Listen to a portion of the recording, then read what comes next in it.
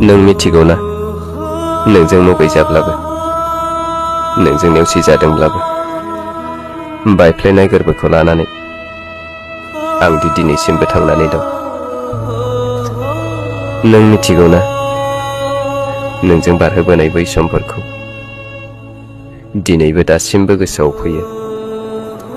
नोंखौ जिउनि लोगोरि मोनगोननि आसायाव नुनाय माखासे सिमांफोरा, बुंनांगौ आद्रा थानाय गोसोनि खोथाफोरा सम सम आंखौ दासिमबो सोगाबो।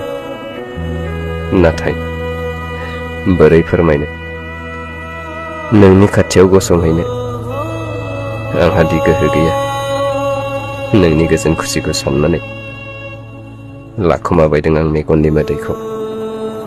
नोंजों नेवसिजानायनि दाहाफोरखौ बुरखायबायसै आं बायफ्लेनाय गोरबोखौ।